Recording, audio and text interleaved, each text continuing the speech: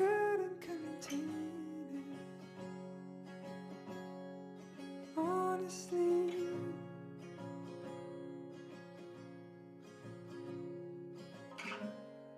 and I'm too tired to try to be gracious. Probably blameless. Probably. You sit on the same right hand, and it could have stayed like that. This isn't the way I planned. Couldn't you cave right?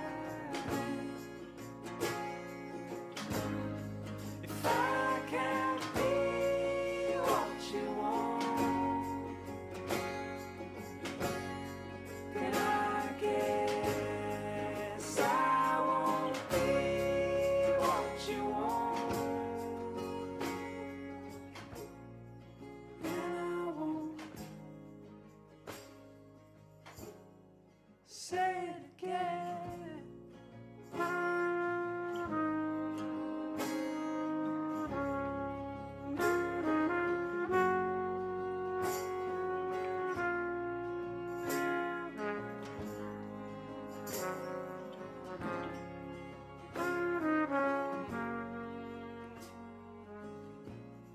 If only I died before, I'd probably be famous. But I heard her sigh before, and it was contagious. You sit on the same right hand, and it could have stayed like that. This isn't the way I planned. Couldn't you cave like that?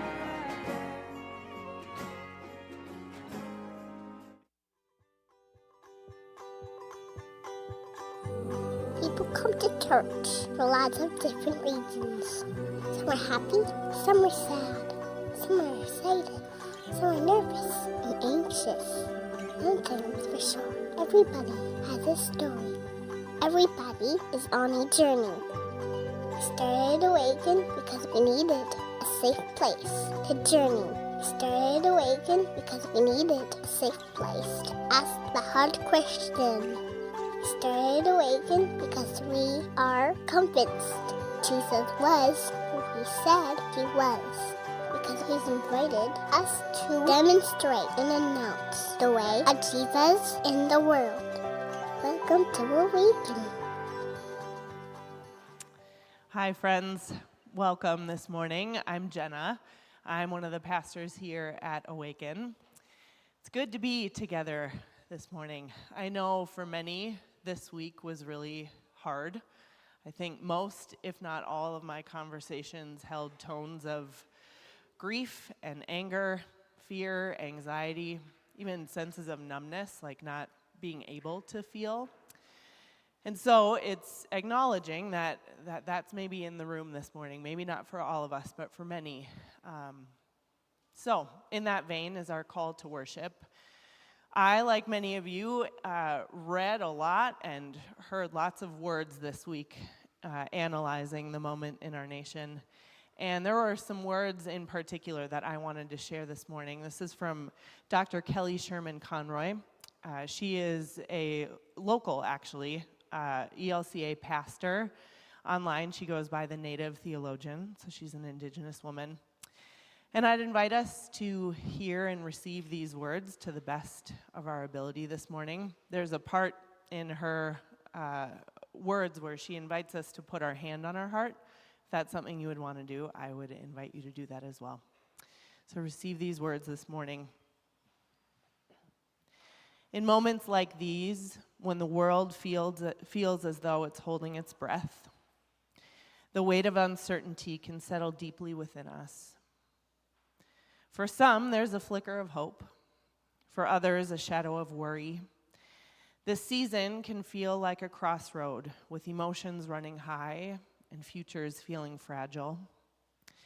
In Lakota, we have a word, wuhitika. It means bravery, but it's more than that. It's a courage woven with compassion, a strength that holds space for both hope and doubt. Our ancestors knew that such burdens were not meant to be carried alone, so we lean into our community. If today feels overwhelming, remember, you do not have to bear it alone. In our way, someone will hold part of that weight with you. And when your spirit grows weary, others will carry hope on your behalf until you are ready to hold it again. And so place your hand on your heart. Feel the beat of generations within you. Inhale deeply. Exhale slowly. Know that you are not alone, no matter what tomorrow holds. You are held by a circle of ancestors, elders, and kin who walk with you always. Amen. Let's sing together. I invite you to stand.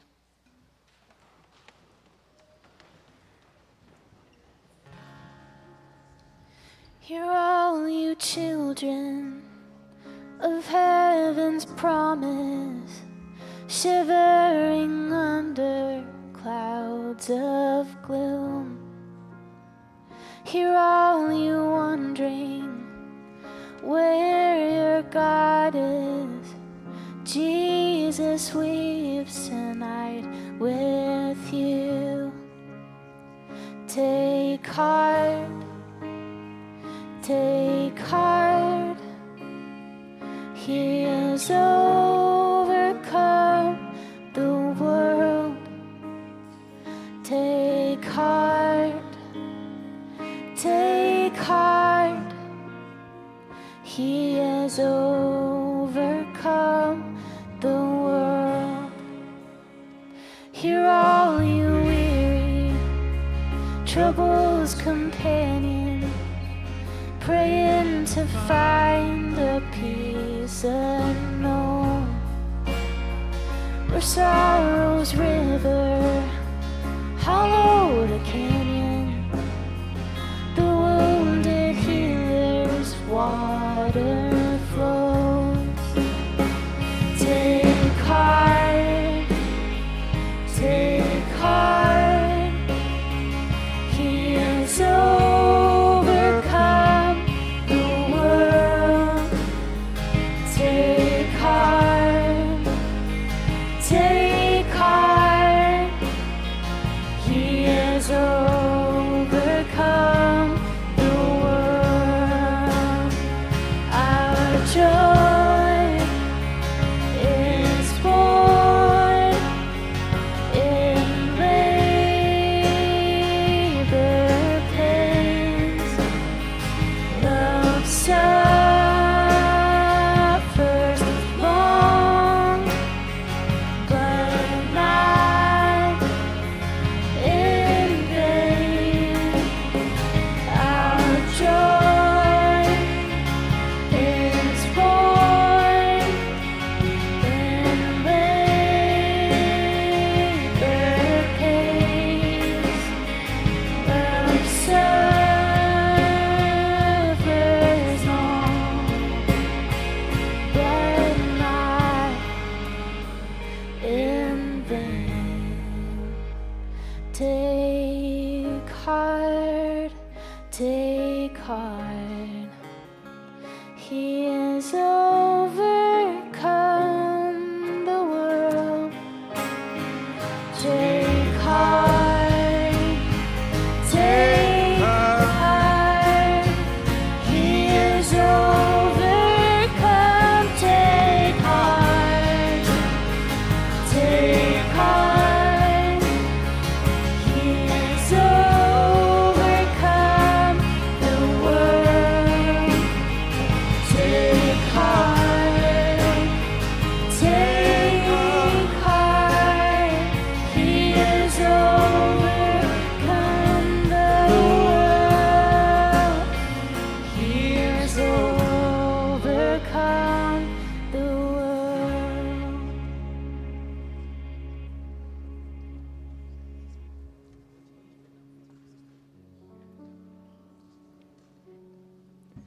Jesus, the very thought of you, it fills my heart with love. Jesus, you burn like wildfire, and I am overcome, lover of my soul, even unto death. With my every breath, I will honor you. Lover of my soul, even unto death. With my every breath, I will love you. Jesus, you are my only hope, and you my prize shall be. Jesus, you are my glory now, and in eternity, lover of my soul, even unto death. With my every breath, I will love you. Lover of my soul, even unto death. With my every breath, I will love you. In my darkest hour, in humiliation, I will wait for you. I am not forsaken. Oh, I lose my life. Oh, my breath be taken. I will wait for you. I am not forsaken. One thing I desire, to see you in your beauty. You are my delight. Yeah, you are for me. You have sacrificed. Oh, your love's all consuming. You are my delight. Yeah, you are my glory. Oh, you are my glory. Oh, you are my glory.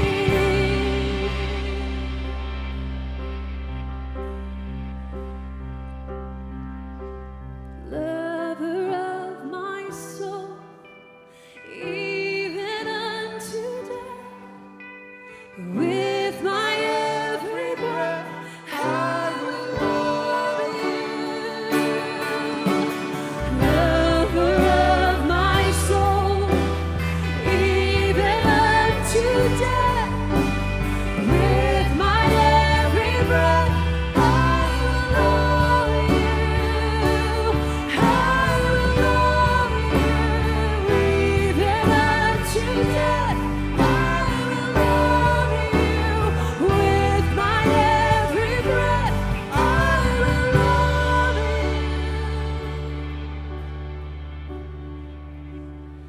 Jesus, the very thought of you,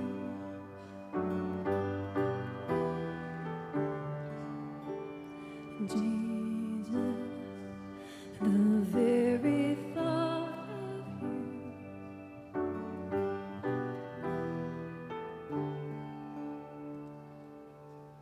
You guys sound great, by the way.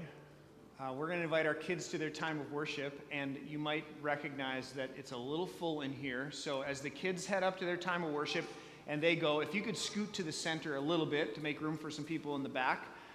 We got K through 1 over here, 2nd through 5th grade over here. If you're new, you're welcome to join your kiddo and check them in downstairs. Otherwise, they can come up. We'll sing this blessing over them, and then if you could scooch as you say hello to each other, that'd be great. Hallie.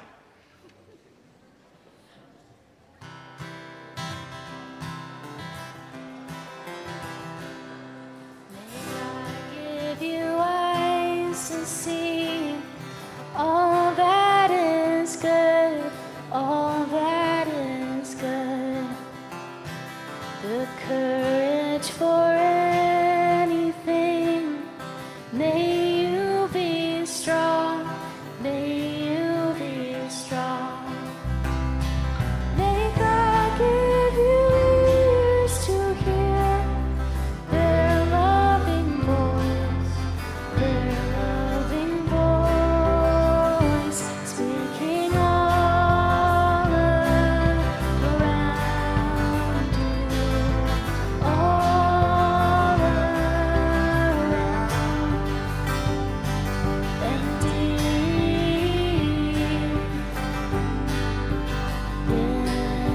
inside.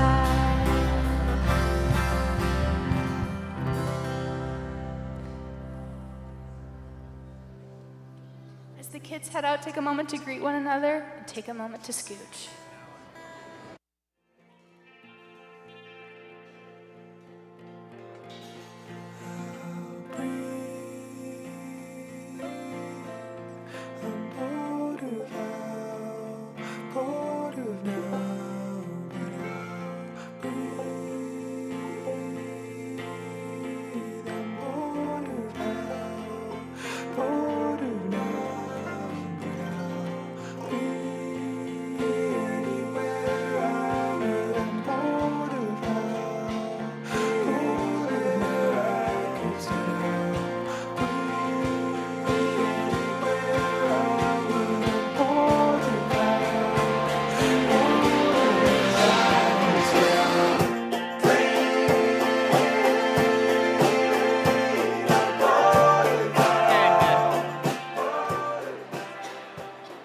Nice to see you all.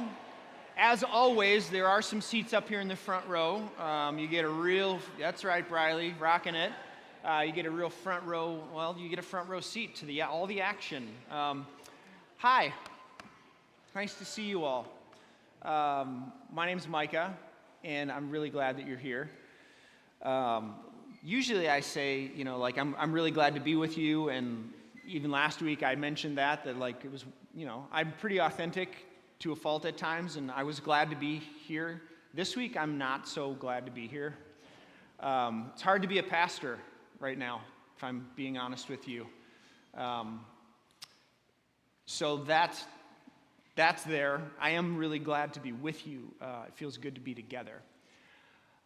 If you're new to Awaken, we would love to know that you're here. So there's a card in the seat pocket in front of you or in the pew. You can go online. Our website's awakencommunity.com, or on we have an app you can download. Fill out a card there, and that will come to us. We'll invite you to a beverage of your choice. We can get to know each other a little bit. If you're looking for a community to connect with, we would love to do that. Some things happening that we want to let you know about. The first of which is tonight we're hosting a concert for Walking with a Purpose, a benefit concert for them, one of our missional partners that serves the unhoused here in St. Paul in our neighborhoods, and kind of just goes out with supplies and offers them, no strings attached, to people who need them. So all of the food in our garden that's grown goes to them. The concert tonight, all the benefits go to that. So if you want to bring things that would be helpful to folks who are unhoused, you can bring supplies, and/or there is a silent auction, so lots of cool things have been donated and will be auctioned that you could bid on. That starts at 6 p.m. Angie and Billy, Angie Giselson attends here. Oh, actually, Billy does as well, every now and again. So they will be performing, and they're lovely, fun to listen to. So join us for that. Guess Who's Coming to Dinner is coming up November 16th, so just an opportunity to get to know new people at Awaken, so you can sign up online. I think we have 11 houses that are hosting. So we have room for like 100 or so, and about 60 or so folks have signed up. So still room for more is the point. You can sign up for that. The Awaken Winter Market is happening soon. Can you guys believe that? Advent is like right around the corner. Hard to believe, but December 1st, Advent begins. And so every year at Awaken, our gallery becomes a space where our artists set up shop and sell things that they make. So if you are buying gifts for people, invite you to maybe save some money and think about purchasing some of the things that they've made to give away, as well as to support them and give love and gifts in the world. That also means that there are a number of tables still available. So if you're an artist at Awaken and you have things that you make that you could sell, there are still spots available. So you can sign up for that in the Awaken Weekly or online. And then last but not least, We're hosting Sarah Groves and Sandra McCracken for our Christmas concert, which is going to be awesome. It's going to be so great. Tickets are going fast, and today is the last day for early bird. So if you want to join us for that night and get the early bird price, today's the last day you can do that. I think there's a little over 100 tickets left of a little over 500. So it's going to be great. That's all for the announcements I have. Again, the Awaken Weekly goes out every week by email, and our website and app give you all the details. I want to begin this morning by saying two things to the church gathered here. We as a staff gathered this last week, and we talked about, what does it mean to be people, individuals who participate in our civic life together. Like I personally went to the polls and I voted as Micah Witham, who lives in West St. Paul, and I had hopes and dreams for what might happen, and I have feelings about that. And then as pastors and leaders who serve in a church, you have to show up and be something to and for people. Which gets back to my, sometimes I say I'm really glad to be here. This is a hard week because it's hard to live in that space of tending to yourselves as well as pastoring and shepherding people. So I want to begin by saying two things. The first of which is, it is my belief that this world that we live in, and in particular the country that we reside in, just got harder and more scary and more dangerous for the most vulnerable people among us. And that is true and real, and there's no way to get around that. I can't put a Band-Aid on that. You might disagree with me about that, and that's fine. There's room for that at Awaken. But that is my contention. That's my belief, especially for those who exist outside of what is deemed normative by those who have the power to deem it normative.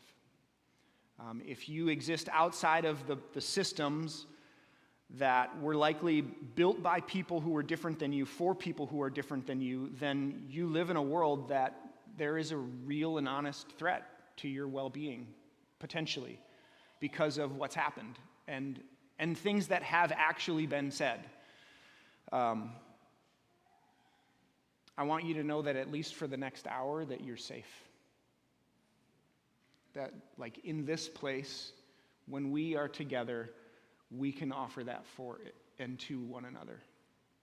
And we want to do that as a church. Because that's what we think.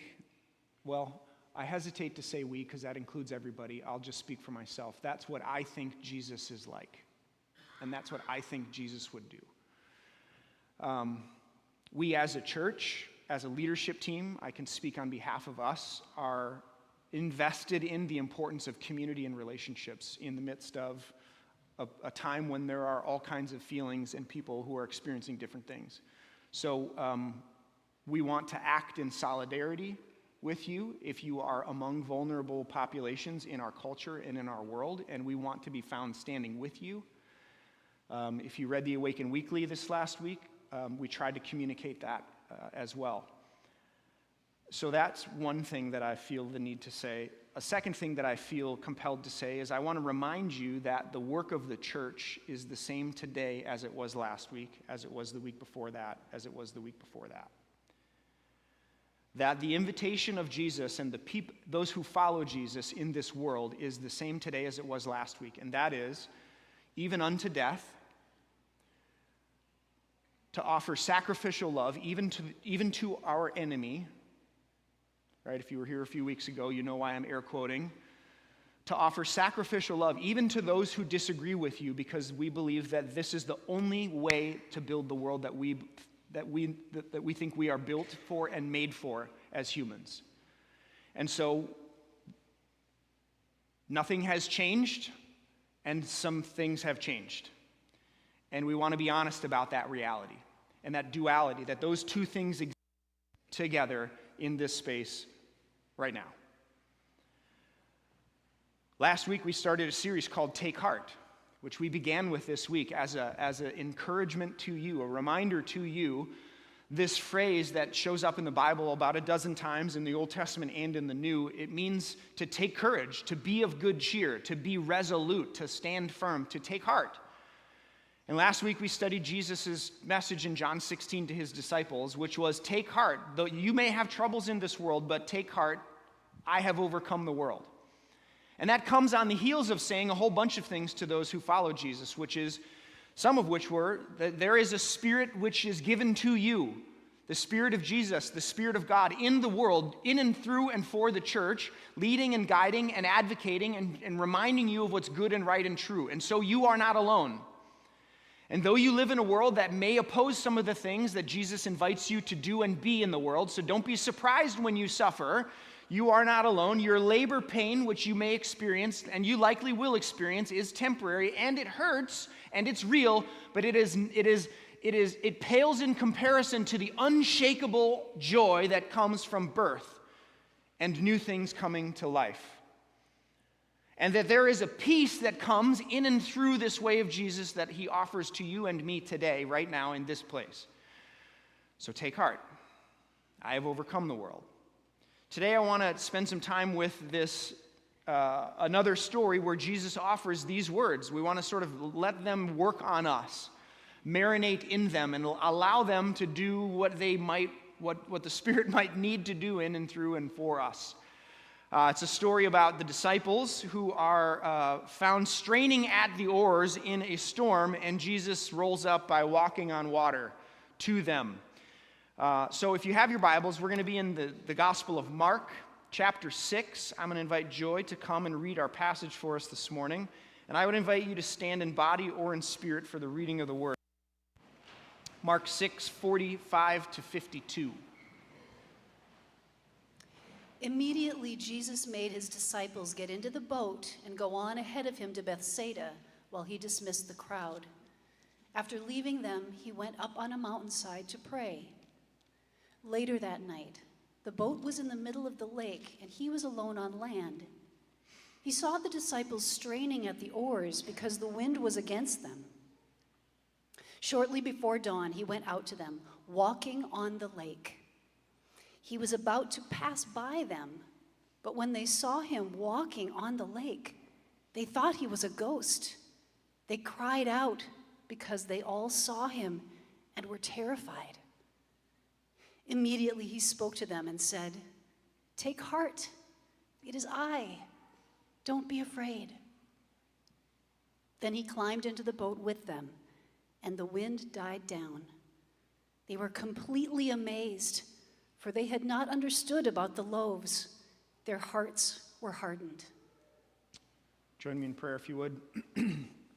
Spirit, as we come to this text together as a community, this story which has been preserved by Mark and the church over the ages, I pray that you would do what I think you long to do, which is to move in and through it and speak to us, remind us, reveal to us who God is and who we are in light of that. I pray in the strong name of Christ, by the power of your Spirit, the church said together, amen. You may be seated. Sometimes when crazy things are happening in the world, I tend to want to just revert back to what I know to do best, and that is just teach the Bible. So I just want to have a little Bible study with you guys this morning. I hope that's okay with you. If it's not, the next 30 minutes might be torture.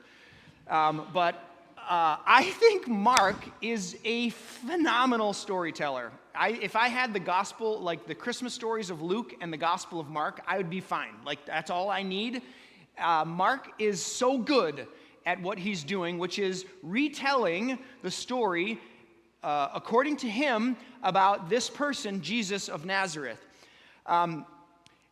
So let's jump in. Jesus makes a comment, and he says to the disciples, "Take heart," tharseo, we learned that last week, "it is I." It is I. What is Jesus saying about himself when he says, "It's me"?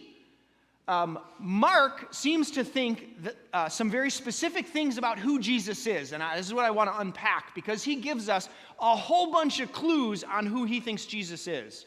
So when Jesus says, "It is I," who is Jesus to Mark? That's where we're going to spend the most of our time. But then we'll transition to who is Jesus to us? Like right now, in this moment, in 2024, November the 10th, post-election, based on all that we know with the president who has been elected, and the Senate, which will likely be controlled by one party, and the House, which will likely be controlled by that same party. Like, who is Jesus to us in this moment? So that's what I'd like to do this morning. Let's start here. Mark makes a weird comment. I don't know if you caught it. At the end of this passage, when Jesus says, "Take heart, it is I," and then he says, he says, "Then he climbed into the boat with them, and the wind died down. They were completely amazed," which you would be, right? When somebody decides it's the day to walk on water. Like, that would be pretty big. 52 says, verse 52, "For they had not understood about the loaves." Seems a little rando. "Their hearts were hardened." Like, why does Mark seem to think that's an important detail to give us as readers of the story? I want to suggest, again, that Mark is trying to make a clear and compelling case about who he thinks Jesus is. And he's doing so by pulling a couple of threads from the greatest story of Israel's history, which is, of course, the Exodus. Well done. Good job. Give yourself a round of applause. You've done it. You're one for one. The greatest story in the Hebrew Scriptures is the Exodus. And Mark pulls two threads in chapter 6 from this story, and he sort of gives a bunch of hints and allusions to things he thinks about Jesus based on this story. So the two, in chapter 6, you have the feeding of the 5,000, which happens first, and then you have Jesus, like, delivering the disciples from the sea. And if you were to grab on to two things from the Exodus story, I don't think it's very hard. You have the passing of the Red Sea, the passing through the Red Sea, the deliverance of the people through the sea in the early Exodus story, and then, of course, you have the feeding of the people with manna in the wilderness. Mark knows this story. He knows that his readers know this story, and so in chapter 6, he's pulling these threads, and he's saying something particular about who Jesus is. So who is Jesus to Mark? What are the clues? The first clue we get as the verses we read open, where you have Jesus on a mountain and the disciples on the sea. In the Bible, in case you didn't know, there are words and ideas and phrases that are motifs. They're like themes or that carry out through the Scriptures. So mountains and the sea are some of them. In the Bible, if I were to throw an all play out there to you all and say, when someone's on a mountain, what normally happens up there? Or what are some things you could say happen to people that go up onto mountains? That's an all play. What do you remember about the Bible? They meet with God. They get a message. They come back transformed, absolutely. Moses, Charlton Heston, right? Lightning, thunder, clouds, He's in the divine presence. He's up there. Elijah is on the mountain. And what happens there? Not in the earthquake, not in the wind, not in the fire, but in the still small voice of the wind. Jesus himself goes up on a mountain, and he's transfigured in the presence of the divine. The psalmist says, "Come up onto the mountain, all you people." Why? Because the presence of God is on the mountain. When someone's on the mountain, they are in the presence of, and in Mark's case, I think he's trying to let us know that Jesus is the presence of God. The disciples are found in the sea. And in the Bible, the sea is another metaphor. If you imagine or remember the moments in the Bible where the sea is present, what are some of the things you think of? Chaos, the creation story, Genesis chapter 1, tohu vabohu, the formless and void. The Spirit hovered over the formless and the deep, right? The chaos that was there. What else? Danger. Somebody back here? Jonah, absolutely. That was weird. Struggle. Trial. So the sea is a metaphor. It's a symbol. And it's consistent throughout Scripture. It's not always every time, but it is absolutely a theme. So what do you have as Mark's story opens? Jesus on a mountain, the disciples in the sea. Who is Jesus to Mark? Jesus is the Lord, the divine presence, the Lord over creation that brings life out of chaos. Who calms the waters of the sea, that which is unformed and uncreated, and brings life, flourishing, order out of chaos. For Mark, Jesus is that person. And he opens this little snippet with that metaphor, that symbol. So Jesus is the Lord of creation. He is the one who brings order out of chaos. Secondly, Jesus is the one who sees and responds. Notice verses 47 and 48. Later that night, the boat was in the middle of the lake. He was alone on land. He saw the disciples straining at the oars because the wind was against them. Shortly before dawn, he went out to them. One word in particular in this passage that is interesting, it's the word that gets translated straining. In Greek, it's bazanizo. It's a great one. It's a fun one to say. It means to test, torture, to vex, to be harassed or distressed. So yeah, it's them straining against the oars, but it's also used to describe someone who's harassed or tortured or distressed, who's being like vexed, right? So the disciples are being bazanizoed and Jesus sees them and goes to them and responds to them. Does anybody remember how the Exodus story begins? Exodus chapter 2, before Moses meets with God at a burning bush, we read this: during the long period, the king of Egypt died. The Israelites groaned in their slavery and cried out. And their cry for help because of their slavery went up to God, and he ignored them. No, God heard their groaning, remembered his covenant with Abraham, Isaac, and Jacob. God looked, saw the Israelites, and was concerned, knew them. Mark seems to make very clear that Jesus is connected to and is the same God who saw, heard, remembered, and knew the Israelites when they were being bazanizoed in Egypt.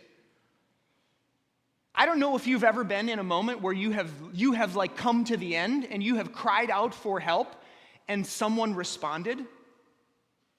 That feeling, that moment, it's like incalculable. It's undescribable. I remember being on a lake, Lake Mille Lacs. I was young and dumb. I'd like to think I'm not one of those anymore. I had a small boat. It was a Boston whaler. It was like an 11.5-foot Boston whaler, which is the kind of boat that rich people like lift up behind their yachts. You know which one I'm talking about? It was given to me by my aunt and my uncle, and I thought it would be a great idea to take the whaler to Mille Lacs, to Lake Mille Lacs. It's like 20-some miles long, 13 miles across, no islands. When the wind blows, it is a torture zone out there. So I go out, I anchor up on the south side. The wind's coming out of the south. I'm anchored on the rocks of the south shore of Mille Lacs, and I am putting the hurt on some smallmouth bass. The wind changes, and you can imagine what happens next. The wind switches direction, and it has the entirety of the lake to gather steam and find me at the southern shore, where I am anchored to a rock pile. The waves start crashing over the bow of my 12-foot boat, which they say is unsinkable, the Boston whaler. But in this moment, I do not believe them.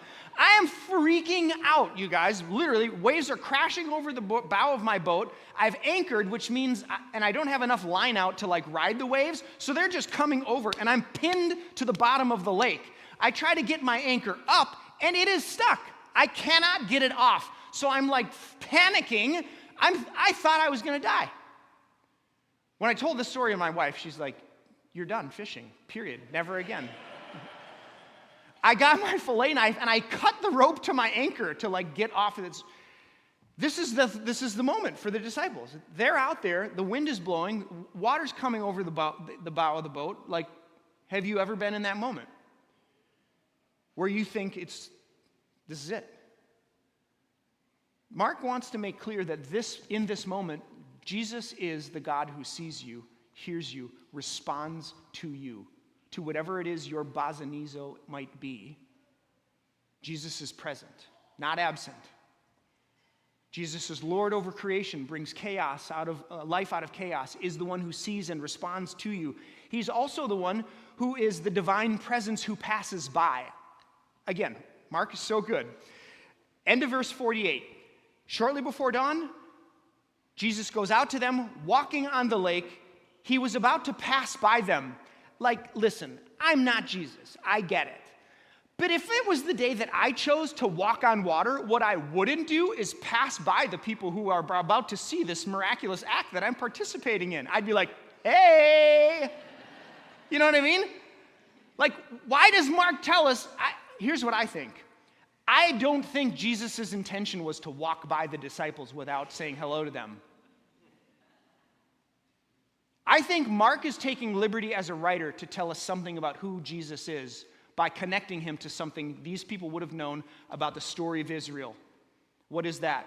It's that God's presence has been characterized and written about as so overwhelming and so big that it's a grace we're given that God passes by. Listen, Exodus chapter 33, Moses said, "Show me your glory." The Lord said, "I will cause all of my goodness to pass in front of you. I will proclaim the name of the Lord in your presence. I will have mercy on who will I have mercy, compassion on who will I have compassion." But he said, "You cannot see my face," which I think is not a prohibition, but a gift, a grace, right? "For no one can see me and live." It's too much. The Lord said, "There is a place near you. You may stand on a rock, and when my glory passes by, I will put you in a cleft of the rock and cover you with my hand until I have passed by." Elijah, 1 Kings chapter 19, same thing. The Lord said, "Go out and stand on the mountain in the presence, for the Lord is about to pass by." Job, the prophet, "When he passes by me, I cannot see him. When he goes by, I cannot perceive."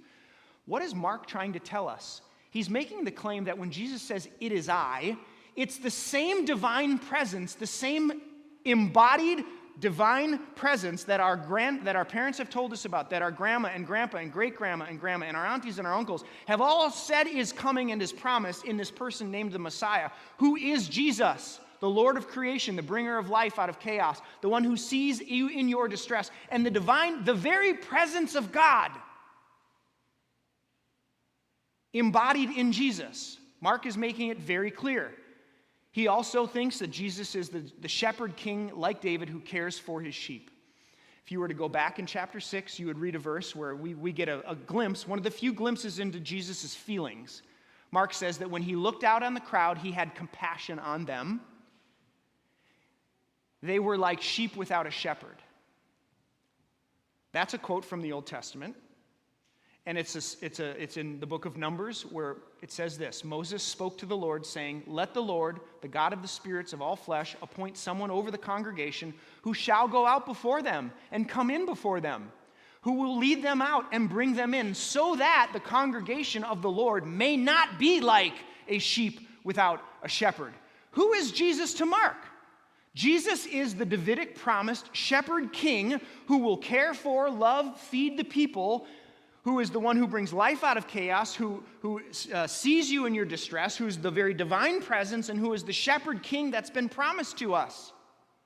For Mark, this is who Jesus is. And I don't know what you've experienced in the last week, but I have a sneaky suspicion that some of us in the room may need to be reminded of that. Mark makes it really clear who he thinks Jesus is. The very presence of God, who sees you and knows you in your distress, in your chaos, in your tumult, who comes to you and for you and with you, who is not watching Netflix and eating bonbons somewhere, but is in the midst of it. I don't understand that all the time, and I don't understand why terrible things happen in the world with God's presence in the midst of it. I can't answer that question for you. I don't know if you've ever asked it, but I can say that Mark seems to make clear, and the Gospels seem to make clear, that this is who God is like. This is what God is like. This is who Jesus is. Therefore, this is what God is like. Now, let's turn the corner. Who is Jesus for you and me? In 2024, November the 10th, what do we know about Jesus that we can say is true, that we can be reminded of in the midst of our circumstance and our situation? A couple of things I would offer to you. Number one, Jesus is the one who is found with the hurting and broken and those on the margins. If you were to tally up all of Jesus' interactions, I guarantee you the majority of them would be with those who are hurting, oppressed, broken, and in the margins. Which means that if there are people in our midst who are in the margins, who are vulnerable among us, you could probably bet and make some money doing it, that's where Jesus would be found. And so I would just submit to you as a church and one of the leaders of our church, that's where we intend to be found. Amen? Yes, you can clap for that. We intend to be. We don't get it right all the time. We mess it up often, and so when we do, we apologize and take ownership for it and try to repair what's broken. We intend to be found in and among, with and for the vulnerable, the oppressed, the broken, those who exist in the margins. Because that's the person that we believe Jesus to be. I'll say, I believe Jesus to be. I don't want to put you in that camp. When I say we, it's all, and that's not always helpful. So that's the Jesus I believe to be true, and so as one of the leaders of this church, I get some say in where we're headed, okay? Number 2, Jesus is the one who uses power to lift up and bring peace, not sow division and discord and tear down. So when we see power and it exercised in our world, Jesus invites us to take some wisdom and some teachings about this realm. He calls it the kingdom. I would say the queendom, the realm, the reality of God in the world. When power is exercised, we can be sure that if it's connected to God and Jesus, it will lift people up, it will bring peace and harmony, it will not tear down and bring division and discord. And so, when and if, big if, probably won't happen, but when and if you find power being exercised in our world that tears down and divides and doesn't and actually takes life away, you can stand against that. You don't have to say, well, I guess that's the way it goes. Romans 13 says that the governing authorities shall have authority over us in our lives. Check the Awaken archives. I've preached about that earlier. When you find power, and this is everywhere, people. This is not connected to a party. When you find power and it being used to bring to diminish, denigrate, push down, you can rest assured that is not the power of Jesus. And so if you follow Jesus, you can stand against that. You can advocate for another way. And I would invite you to do so. That's what we plan to do as a church when we find, if and when, probably won't happen, but if and when we find ourselves in situations where that needs to be the case. Number 3, Jesus has found challenging corrupt systems and those who abuse power for personal gain. Period. I mean, if you study the Gospels and you take Jesus seriously, you cannot deny the fact that he's found challenging systems that abuse and use power for personal gain. He's doing it all the time. If you don't think Jesus is political, you are not reading the Gospels. And an apolitical church is a harmful church and one that damages real lives because we live in politics.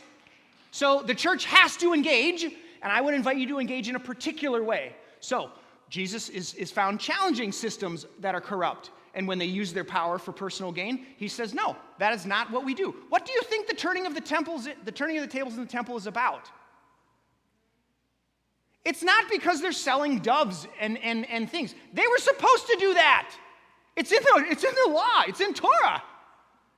It's the means by which and the way in which the reality it created on the ground for those in the margins. That there were some who were in and some who were out, and the divide between the rich was getting richer and the poor were getting poorer. That's what Jesus was so mad about. So when we find ourselves, if and when we do, in situations where we see those kinds of things happening as the church, we can take heart, my friends, and do the work of making peace in the world. The last thing I would remind you of is that Jesus is the one who says, take heart, I have overcome the world. Jesus' response and invitation to you is not flimsy, it is not substanceless, it is not chintzy. It has like gravitas. Why? Because he lived, taught, died, and was resurrected from the dead. Take heart, I have overcome the world. There is one who has gone before us, who is with us, and who says it's this way to peace. It's this way. This is what it means to be human. Now, I was going to end this morning with a challenge to you. I'm going to do that next week. I'm an 8. I'm an activator. You know, I say there's no use crying over spilled milk. Let's clean it up, y'all.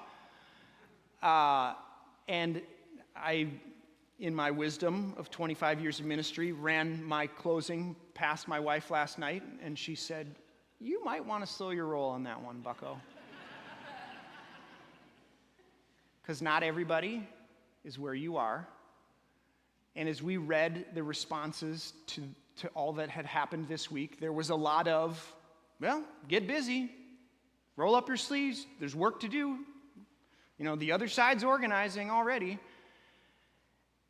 And Laura reminded me that, like, moving quickly to doing is a really white response. Look around the room. There's a lot of white people in here. And we harm ourselves when we do that, and others, because we are not formed, whole, healing individuals, because we skip really important parts of the journey. And so this week, I'm not going to give you a challenge. I'm going to do that next week. So 7 days. You got 7 days. Shadrach, Meshach, and Abednego next week. Come on. Right? For today, we want to just leave some space to let be what is in the room. And again, this is not a monolith. Not everyone agrees with everyone in this room. Please don't hear me say that. But there are a lot of people in this room who are scared, who fear for our children and the world that we are living in. And so for this week, we're going to just let that reality be what it is and be together in it.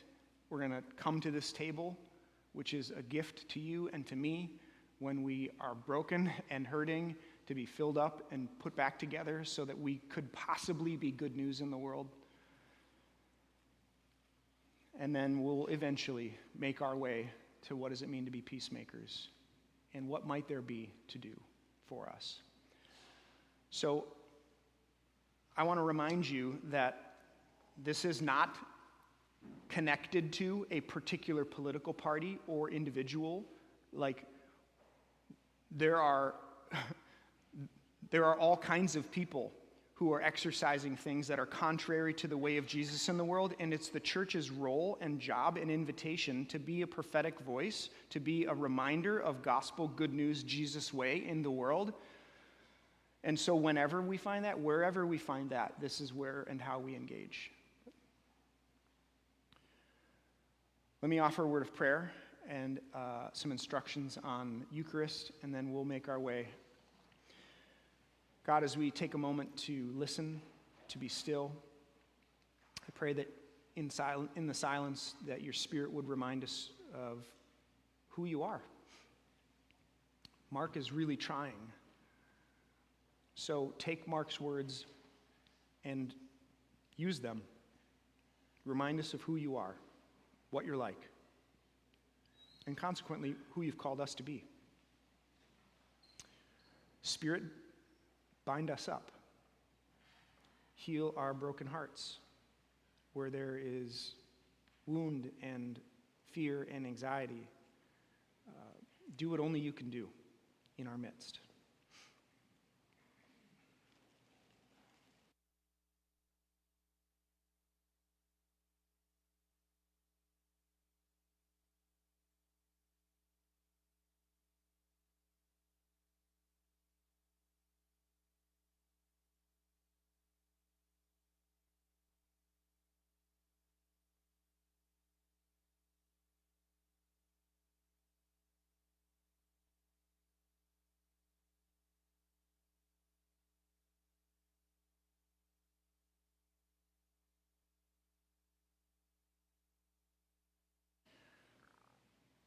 In just a moment, we're going to invite you to this table. A few instructions if you've not been with us. There's 2 outside aisles. We'd invite you to make your way down those aisles where you'll find 2 stations on each side. There's gluten-free bread. I invite you to take a piece of bread, dip it in the cup. There's red wine and white grape juice there. And then make your way back to your seats through the center aisle. If it's easier for you to receive communion where you are, I have a mobile station. We'll just make my way down and we'll serve you where you are. If you're in the balcony or in the back, I'll just come back there as well. And if it's easier for you to receive communion there, happy to serve you there. So this first song is brand new.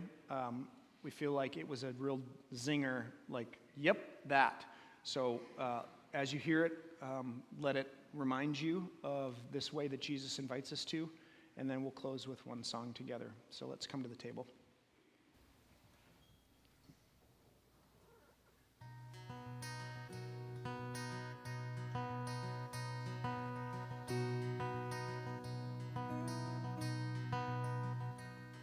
To what shall we compare the kingdom of Jesus, if not a seed?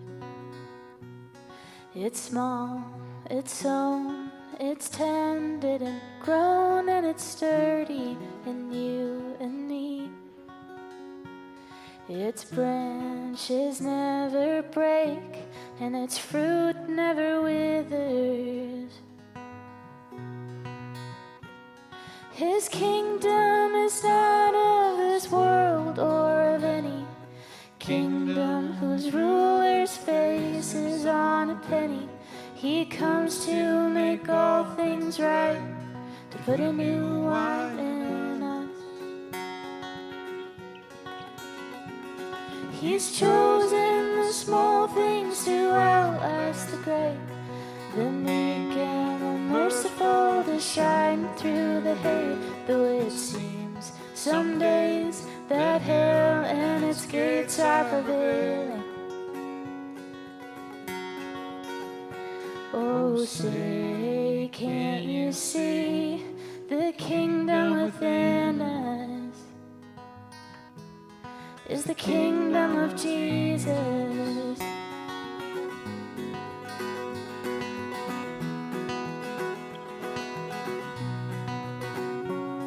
To what shall we compare the spirit of the hour, if not a sword? It frees us, unites us, enslaves and divides us in violence. Help us, Lord. His kingdom is not of this world or of any kingdom whose ruler's face is on a penny. He comes to make all things right, to put a new wine in us. He's chosen the small things to outlast the great, the meek and the merciful to shine through the hate. Though it seems some days that hell and its gates are prevailing. Oh, say, can't you see we have one allegiance to the kingdom of Jesus? He who is in us is greater than he who is in the world. He who is in us is greater, and he's overcome the world. His kingdom is not one of strength or rage, but one that is ruled by the Lamb who was slain, and is worthy of wisdom and honor and glory and strength. No pain or division or public disgrace will compare with seeing the smile on his face as he welcomes us home as children with places at the table. Not in death, nor threat, nor power can ever separate us from the love of God forever in Christ Jesus. Everything shall pass away, but the word that's within us, so it's the kingdom of Jesus.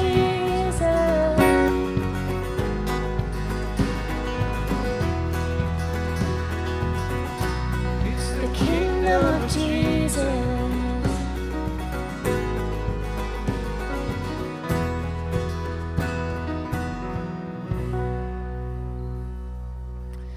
I'll invite you to stand as we sing one more song together this morning.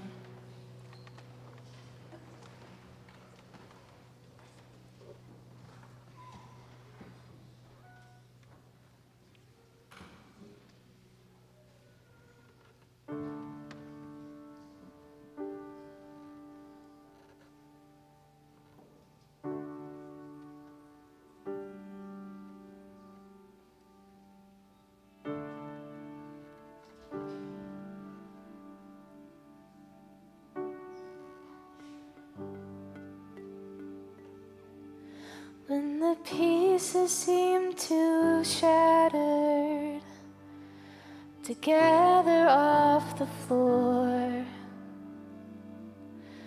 and all that seems to matter is that we don't feel you anymore. No, we don't feel you anymore.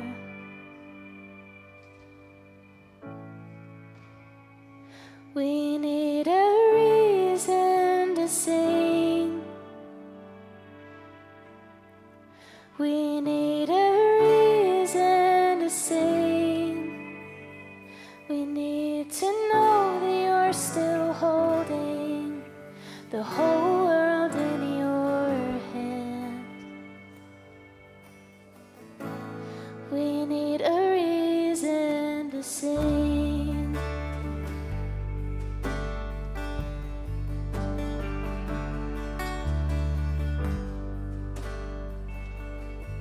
When we're overcome by fear and we hate everything we know, if this waiting lasts forever, we're afraid we might let go.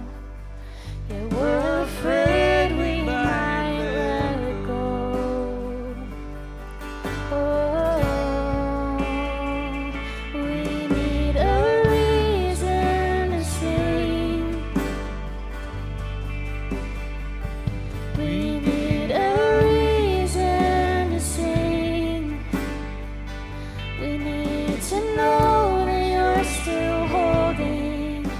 The whole world in your hands.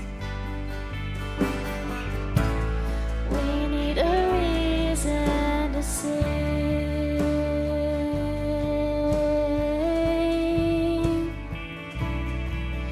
Oh, oh, oh. Will there be a victory? Sing it over us now.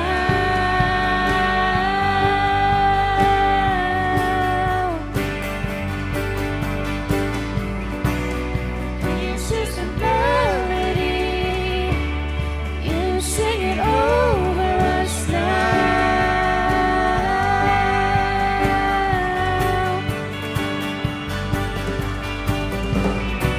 Will there be a victory? Sing it over us now.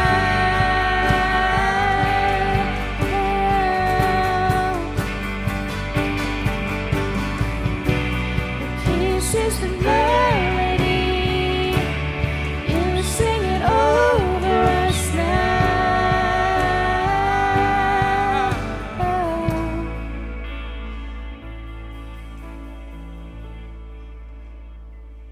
We need a reason to sing. We need a reason to sing. We need to know that you're still holding the whole world in your hands. We need a reason to sing.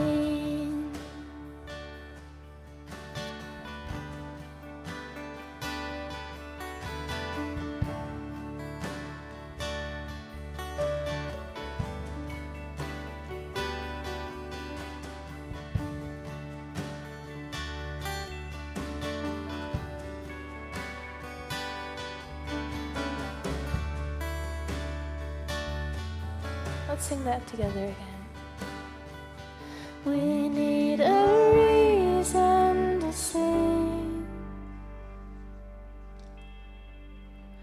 We need a reason to sing.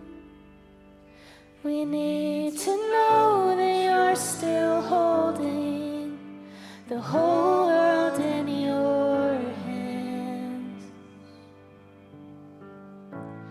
That is a reason to sing.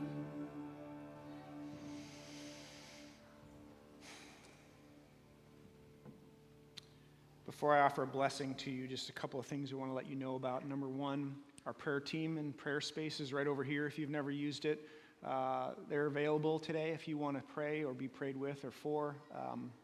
That's over on my right, your left as you go. On Tuesday night this week and Thursday night at 7 o'clock. Tuesday, Jenna is going to be hosting just a space to dialogue, to discuss, to share your experience. So if you'd like to have space for that with some folks, Jenna's going to lead that here at the church at 7. On Thursday night, some of you know Mallory Hammer. She's a yoga instructor and is going to offer a restorative yoga experience on Thursday night, 7 o'clock here in the sanctuary. It's not hot yoga. It's not like core power yoga, like very gentle. If you've never done yoga, you could probably do just fine. I might even join. So I don't wear warm clothes, we were told. So I don't know what that means, but people do. So those things are available to you this week. So as you go, the Lord bless you and keep you. The Lord lift up their face to shine upon you and to be gracious unto you. The Lord lift up their countenance to you, their very face to you, to give you peace. The kind of peace that doesn't make any sense in a world that doesn't make any sense. In the name of the Father, the Son, and the Holy Spirit, and the church gathered together said, Amen. Grace and peace, my friends. We love you.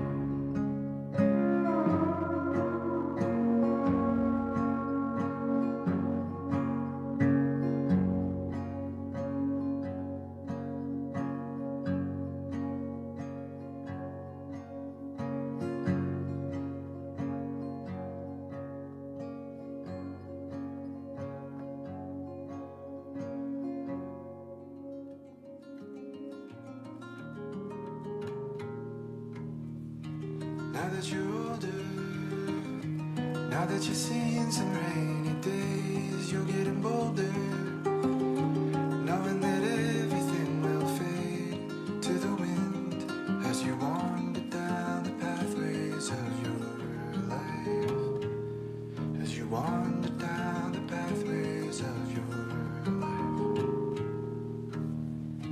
Time is a river, gathering speed up as it goes, and as you get older, the more that you learn, the less you know. In the end, as you walk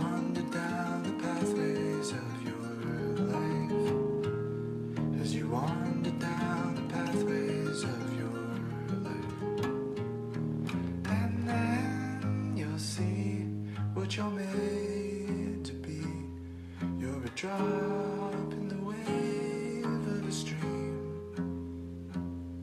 And although you'll go, still the river flows, and you'll float in the wake of a dream. And you'll go on, and you'll go on and on. Now that you're ending, now that the light has left your eyes, no more pretending. You can't abandon your disguise to the wind as you wander down the pathways of your life. As you wander down the pathways of your life.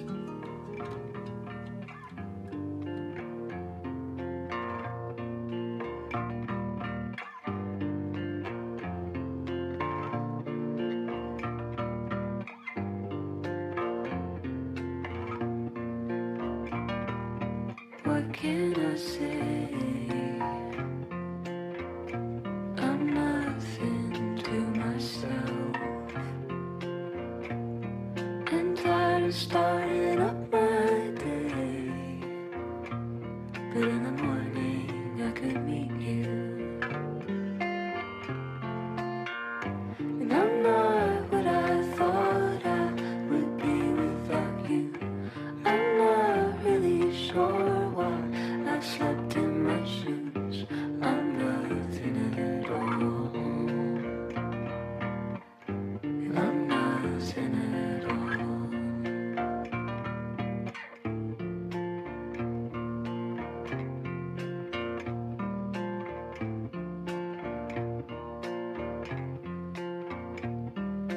Lucky for you, I'm nothing without the thought of starting all my days with the mornings when I see you. And I'm bored of staring at my face every morning when I need you. Every morning when I need you. And I'm not what I thought I would be without you. I'm not really sure why I do what I do. I'm nothing at all. And I'm nothing at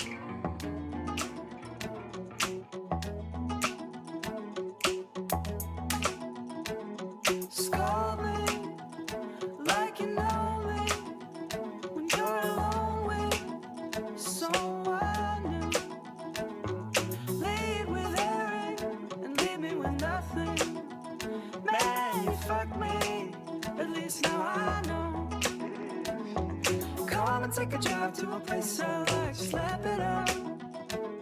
Speaking in signs that your head collide and feel the rush.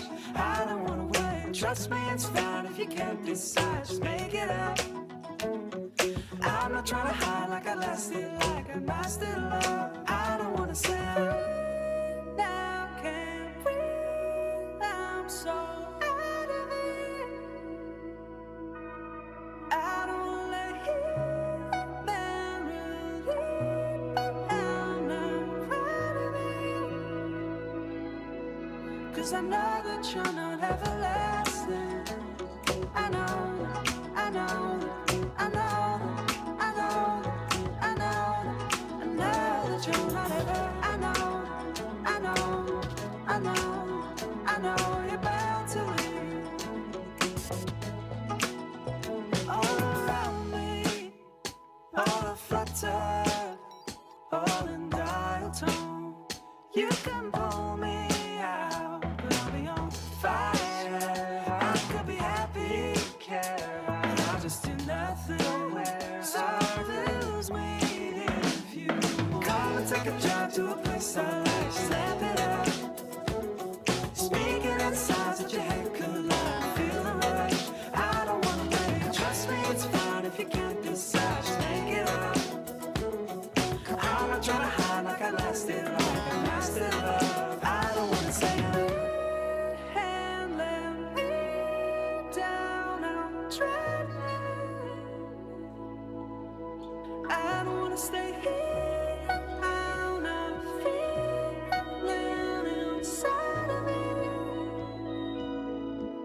and I know that you're not everlasting.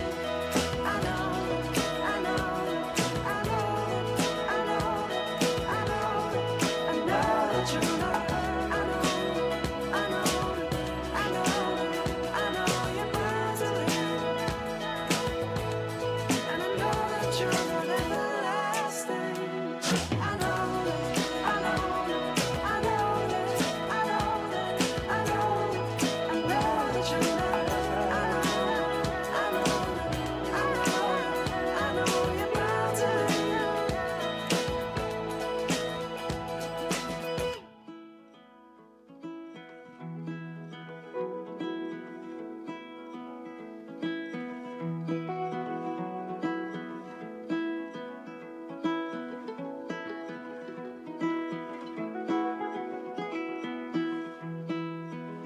You've been waiting for the day when it's easier to leave than stay. We're on the earth together, you say. I don't wanna be here any more than you do. I don't wanna be here any more than you do. On this line, but to the crowd. Did I catch you thinking right now? These words are falling from your mouth. I don't wanna be any more than you do. I don't wanna be any more than you do.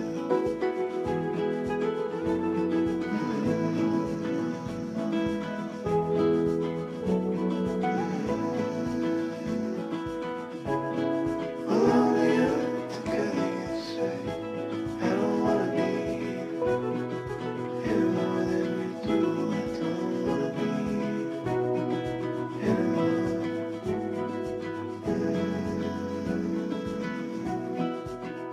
than you do.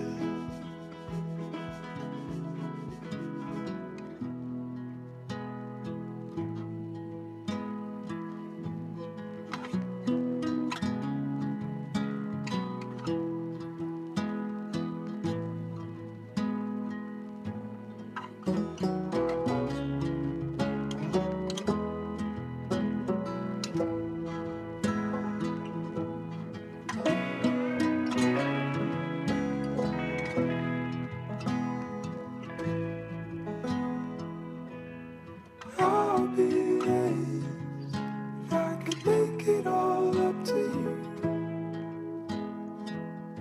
And I'll count down the days. Don't say that you wouldn't too.